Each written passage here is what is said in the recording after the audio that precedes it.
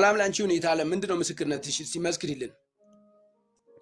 ሰላም ይብዛ። እንዴት ነህ? እግዚአብሔር ሰው ጌታ ስም የተባረከ ይሁን። እቴ አሜን አሜን። በባለፈው እዚህ ቤት ላይ ተጸልዩልኝ ነበረ ስለ አንድ ሰው። ምን ያህል ጊዜ ነው ከተጸለየልሽ? አንድ ወር አልሞላውም ይመስለኛል። 25 ቀን ምናምን እንደዛ ይሆናል። እሺ። እና የተጸለየው በመሬት ጉዳይ ነበረ። እኔ ከስር ነበርኩኝ። ጌታ ሲናገር ነው ጽፌ የገባሁት። ሰላም በሚል አካውንት ነው የገባሁት። እንደውም ካስታወስክ ወደ 4 ጊዜ ምናምን ነበር የገባሁት።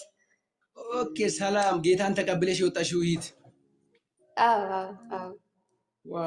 እና ሰውየው መሬት ነበረው። ከመንግስት ጋር ነው ክርክሩ፣ ደግሞ ከግለሰብ ጋር አይደለም። እና በአባቱ መሬት ጉዳይ ከመንግስት ጋር እየተከራከረ ለረጅም ዓመት ሆኖት ነበረ። በጣም ነው ያስቸገሩት። አሁን እንደምመሰክረው ቀላል አይደለም፣ በጣም ከባድ ነው። እና ይሳካለታል፣ ይፈረድለታል ብሎ ጌታ ተናገረ። ቀጥታ ነው፣ ለሁለት ሰዎች ነው።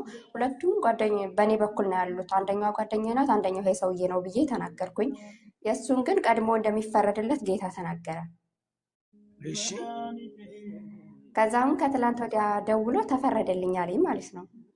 የሚገርም ነው። ተፈረደልኝ አለሽ? አዎ፣ በጣም ነው የገረመኝ። በጣም ለረጅም ዓመት ነው። እኔ እንኳን ወደዚህ ወደ ሰው ሀገር ከመጣሁ ራሱ ዓመት ሆነኝ። ኦልሞስት ከ4 5 ከ6 ዓመት በላይ የፈጀ ክርክር ነው። ምን ያህል ንብረት ነው? ምን ያህል በብር ቢቆጠር ምን ያህል ንብረት ይሆናል? እንዴ በጣም ትልቅ ቦታ ነው። ከተማ ላይ ያለ ቦታ ነው። ወደ ደብረ ብርሃን ያለ ቦታ ነው። በብር ቢገመት ኦልሞስት እስከ 20 ሚሊዮን 30 ሚሊዮን ሊሆን ይችላል። አላውቅም አሁን ላይ። የ20 ሚሊዮን ብር የሚያክል ንብረት እንግዲህ በጸሎት ኃይል ተፈረደለት።